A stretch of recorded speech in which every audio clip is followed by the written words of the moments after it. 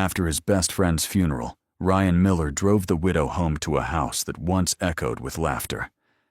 Night fell. The silence became suffocating. When he turned to leave, Laura grabbed his hand and asked a question that made his blood run cold. "Can you stay tonight?" He said yes.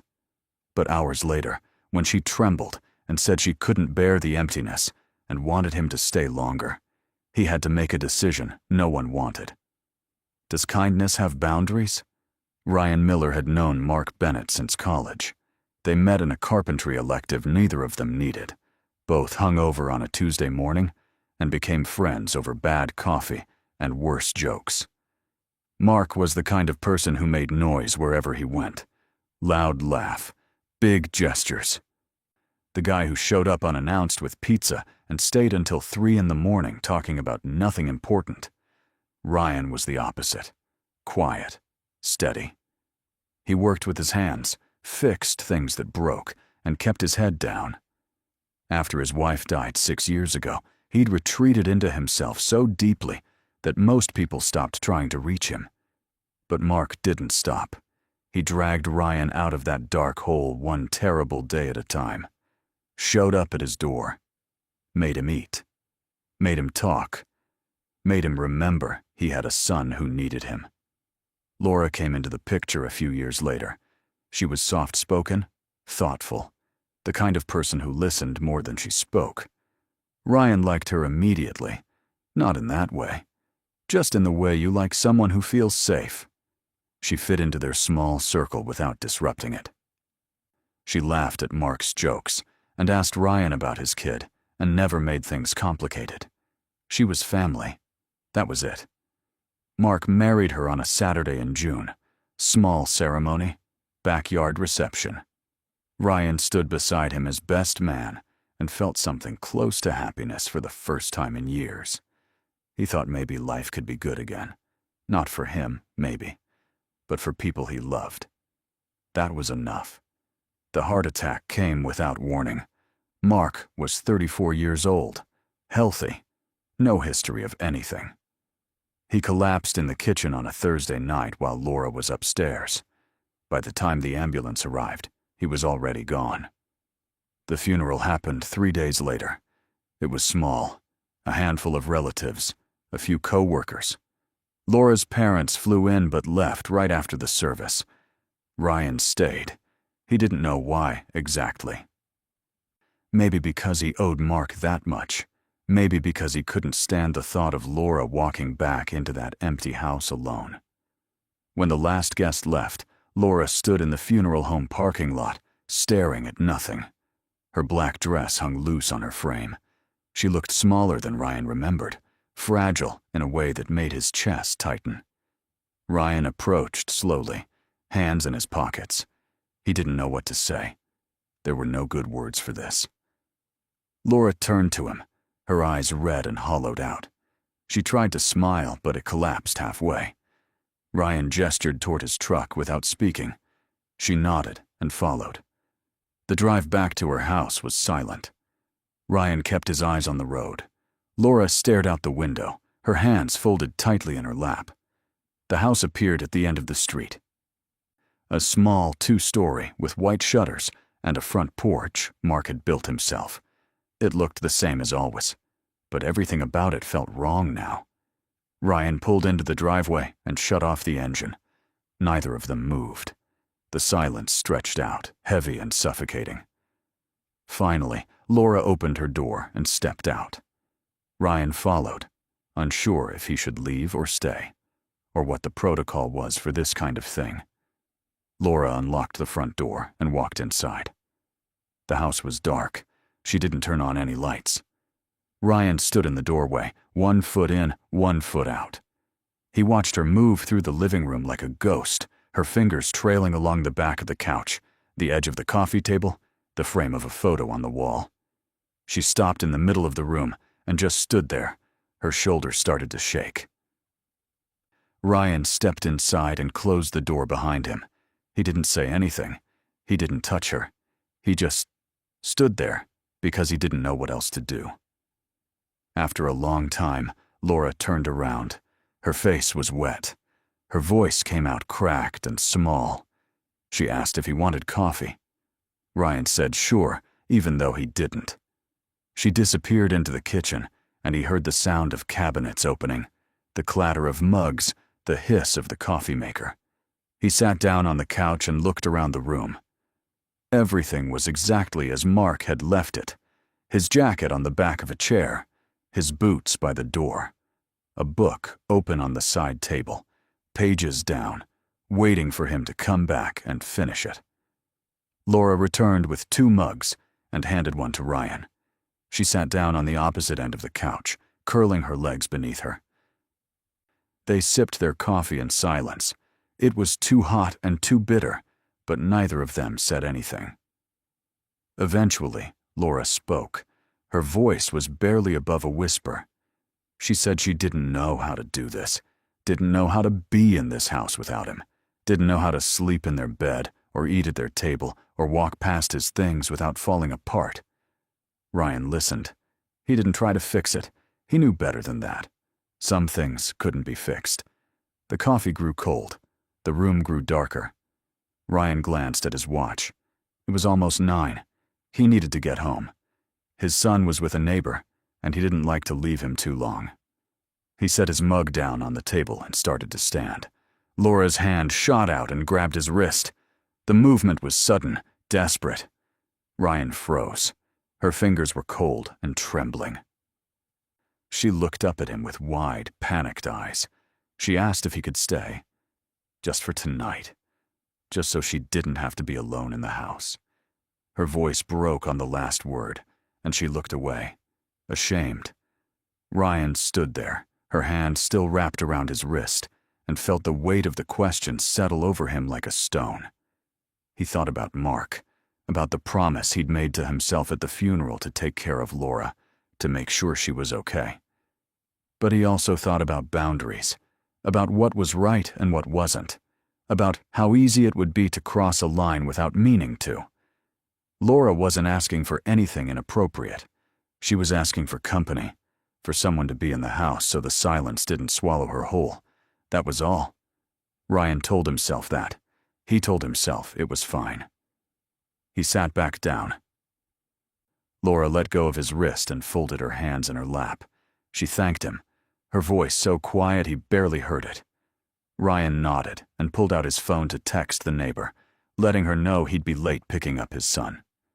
The hours crawled by. Laura talked in circles, her words tumbling out in waves. She talked about Mark, about their first date, about the way he used to burn toast every Sunday morning and pretend it was intentional, about the trip they were supposed to take next month, about all the things they'd never get to do now. Ryan listened. He didn't interrupt. He didn't offer platitudes. He just sat there and let her speak until the words ran out. Around midnight, Laura's voice finally trailed off.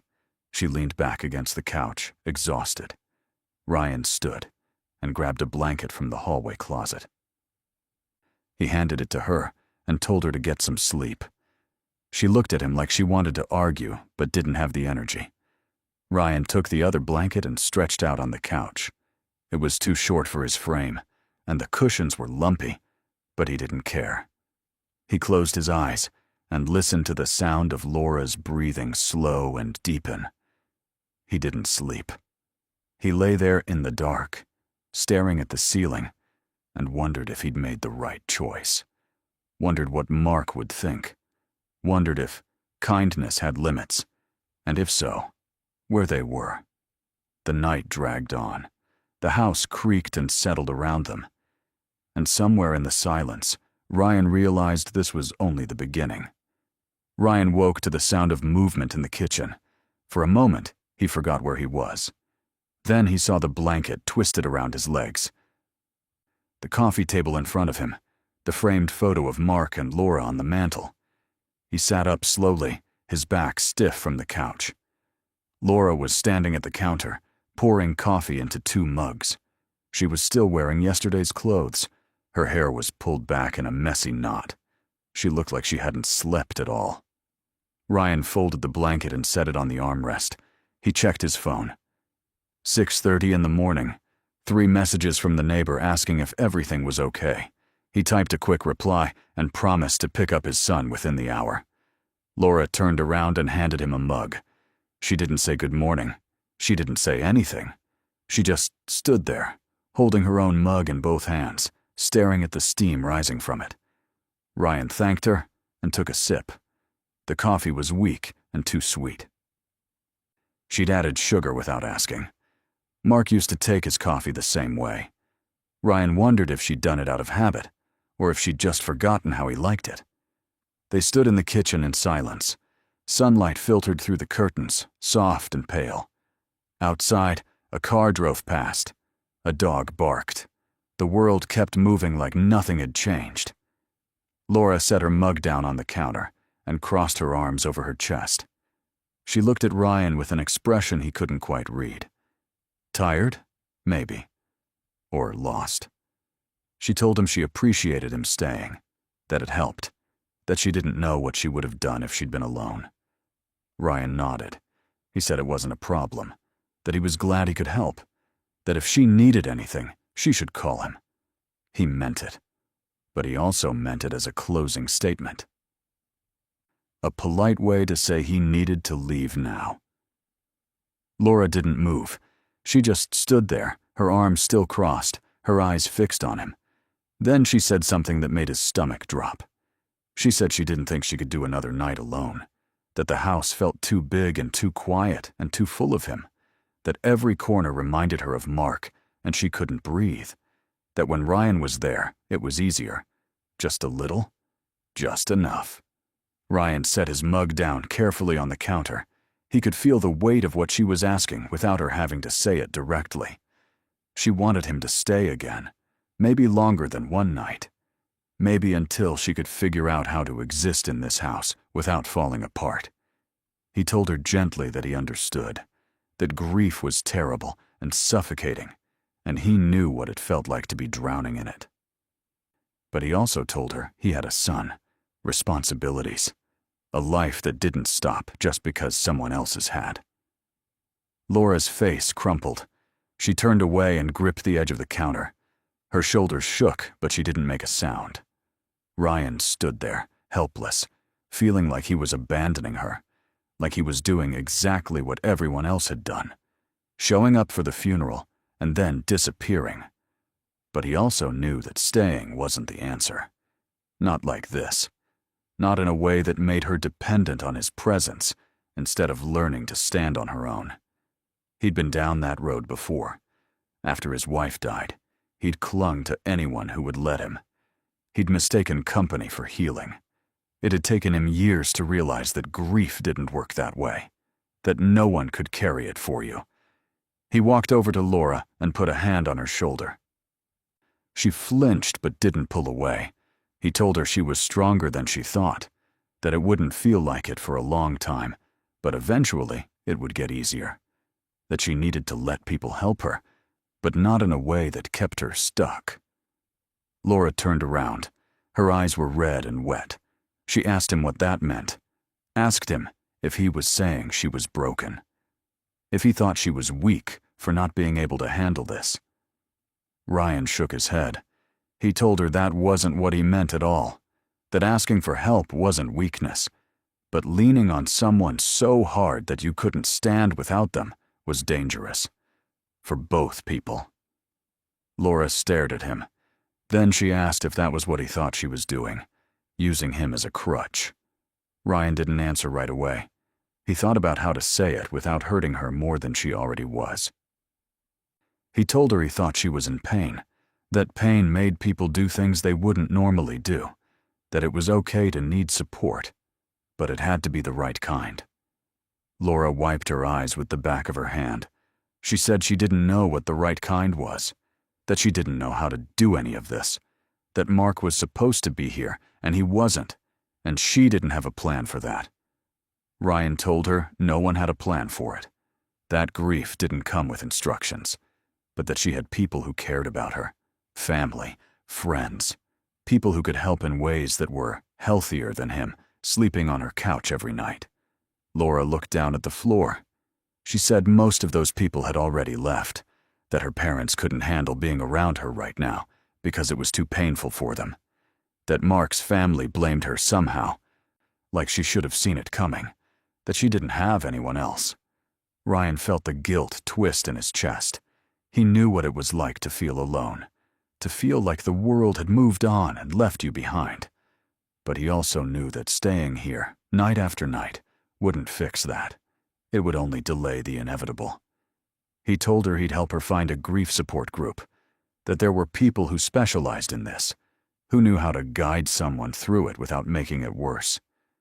Laura didn't respond. She just stared at the floor, her arms wrapped around herself like she was trying to hold herself together. Ryan glanced at the clock on the wall. Almost 7. He needed to leave.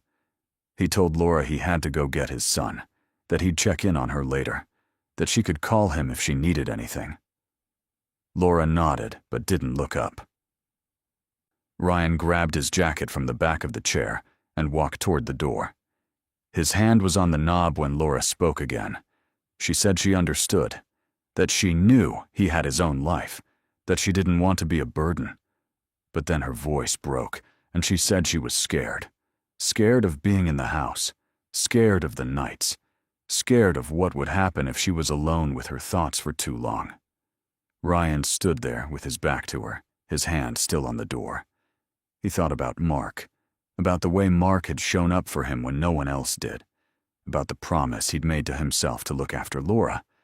But he also thought about his son, about the neighbor who'd been watching him for almost 12 hours now, about the fine line between helping someone and enabling them to stay stuck. He turned around. Laura was standing in the middle of the kitchen, looking small and fragile and utterly lost. Ryan told her he couldn't stay again tonight, that it wasn't fair to her, or to him, or to his kid, that she needed to start finding other ways to cope. Laura's face went blank. She nodded slowly, like she'd expected this, like she'd known all along that he'd leave eventually. She told him it was fine, that she'd figure it out. Her voice was flat and distant. Ryan felt the guilt claw at him, but he forced himself to walk out the door anyway. He climbed into his truck and sat there for a moment, staring at the house. He could see Laura through the kitchen window, standing in the same spot, unmoving. He thought about going back inside, about staying just one more night, but he knew where that road led. He started the engine and drove away. The rest of the day passed in a blur. Ryan picked up his son and took him to breakfast. They went to the park, played catch, did all the normal things they always did. But Ryan's mind was somewhere else.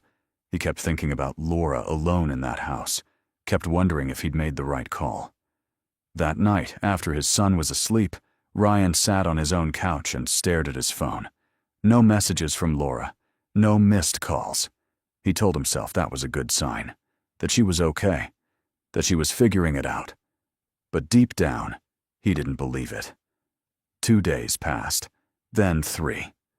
Ryan texted Laura twice, short messages, asking how she was doing, reminding her that he was there if she needed to talk. She responded both times with one-word answers. Fine, okay, thanks. On the 4th day, Ryan drove by her house on his way home from a job. The curtains were drawn. The porch light was off even though it was almost dark. The mailbox was overflowing. He sat in his truck at the end of the street, staring at the house, and felt the dread settle in his stomach. He called her. It rang 6 times before going to voicemail. He left a message asking her to call him back.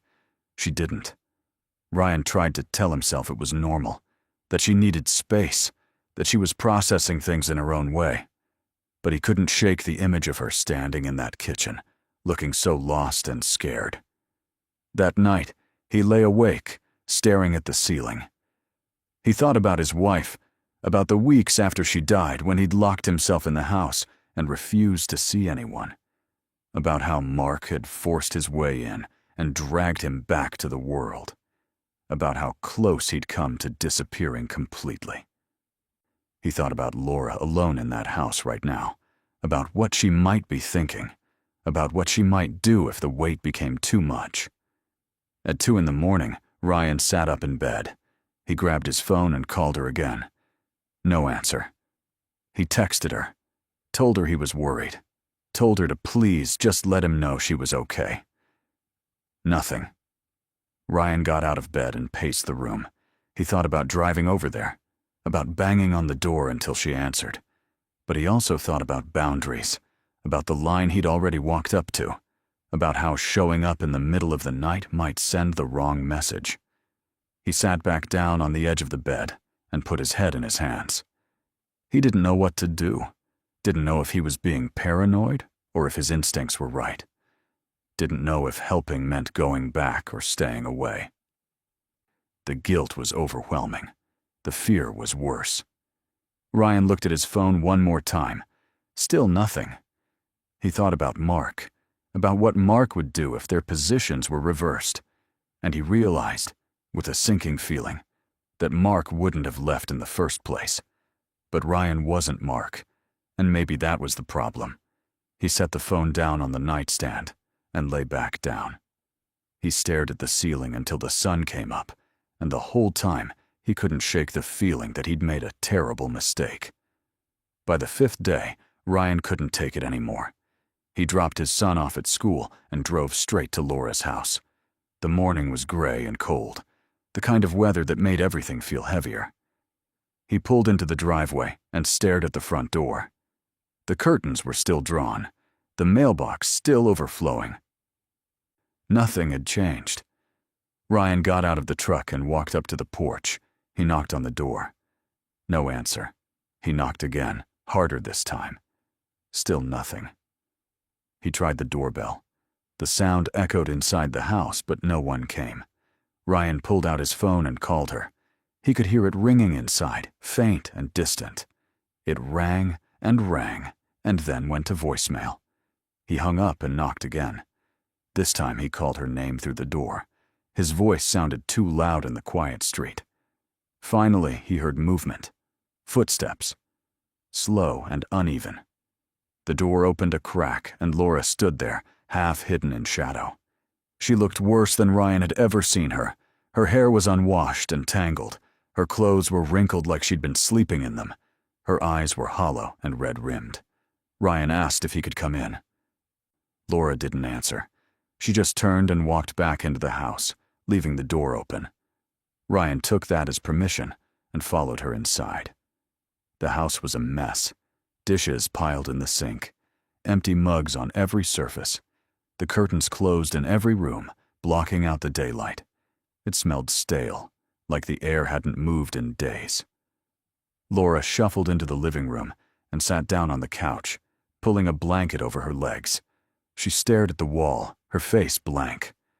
Ryan stood in the doorway, trying to figure out what to say. He asked if she'd eaten anything. Laura shrugged. He asked if she'd been outside. She shook her head. He asked if she'd talked to anyone. She didn't respond at all. Ryan sat down on the edge of the coffee table facing her. He told her he was worried, that shutting herself in like this wasn't healthy. That she needed help. Real help. Not just someone checking in on her every few days. Laura finally looked at him. Her voice came out flat and exhausted. She said she knew. That she'd been trying to hold it together but couldn't. That the house was suffocating her. That she couldn't sleep in the bedroom anymore because it smelled like Mark. That she couldn't eat because nothing tasted right. That she'd been sitting on the couch for days, waiting for something to change. But nothing did. Ryan felt the weight of her words settle over him. He understood that feeling. The paralysis. The sense that the world had stopped, and you were stuck in the wreckage, unable to move forward or back. He told her he got it. That after his wife died, he'd done the same thing. Locked himself away. Refused help. Convinced himself he could white-knuckle his way through it. Laura asked what changed.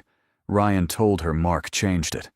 That Mark had forced him to get up, get out, and start living again even when he didn't want to. That it hadn't been easy or fast, but it had worked because Mark didn't let him stay stuck. Laura's face crumpled. She said Mark wasn't here anymore, that no one was going to do that for her. Ryan told her that wasn't true, that he was here, that he wasn't going anywhere, but that she had to meet him halfway. She had to be willing to accept help in a way that actually helped. Laura wiped her eyes with the edge of the blanket. She asked what that meant. Ryan told her it meant getting connected with people who knew how to navigate grief, a support group, a therapist. People who could give her tools instead of just sitting with her in the dark. Laura said she didn't know if she could do that, didn't know if she could sit in a room full of strangers and talk about Mark. Ryan told her she didn't have to do it alone, that he'd help her find the right group, that he'd even go with her to the first meeting if that made it easier. Laura looked at him for a long time. Then she nodded, so slightly he almost missed it. Ryan felt something like relief wash over him. He stood up and opened the curtains. Light flooded the room. Laura flinched and turned away, but she didn't ask him to close them again. Ryan spent the rest of the morning cleaning. He washed the dishes, took out the trash, opened the windows to let fresh air in. Laura stayed on the couch, watching him with a distant expression. She didn't help, but she didn't stop him either. When the house looked halfway livable again, Ryan made her lunch. Nothing fancy, just a sandwich and some fruit. He set it on the coffee table in front of her and told her to eat. Laura picked at it without much interest, but she ate a few bites. It was something.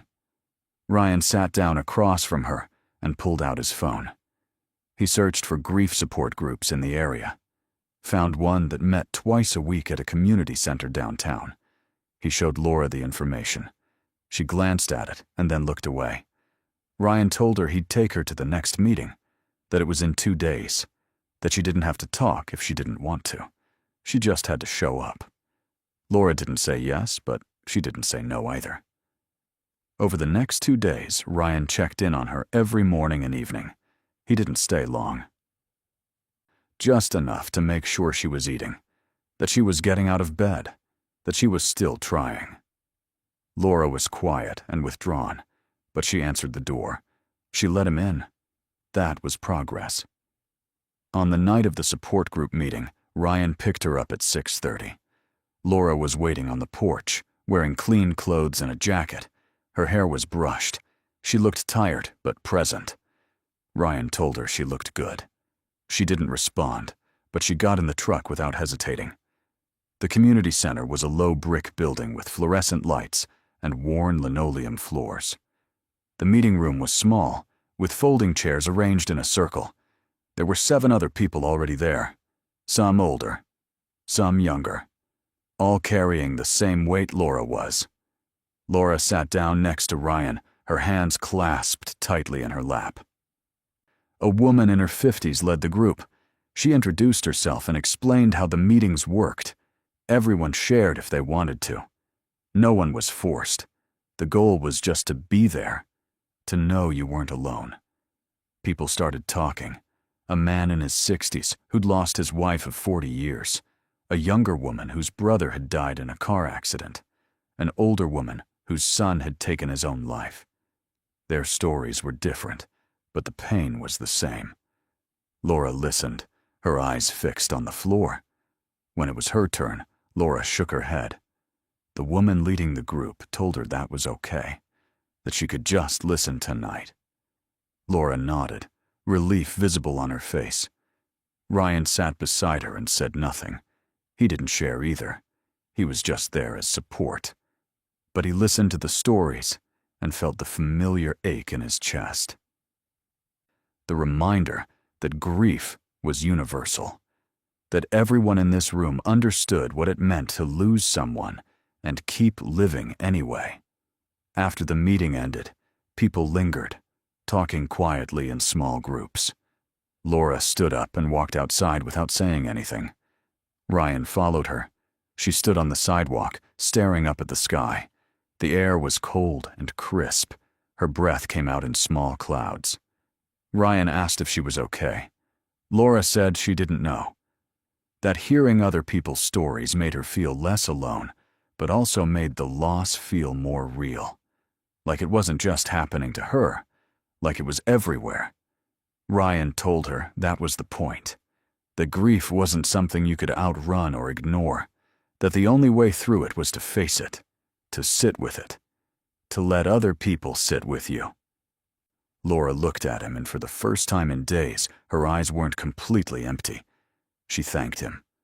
Ryan told her she didn't need to thank him, that this was what people did for each other. Laura said most people didn't, that most people showed up for the funeral and then disappeared. Ryan told her he wasn't most people. They drove back to her house in silence. When Ryan pulled into the driveway, Laura didn't get out right away.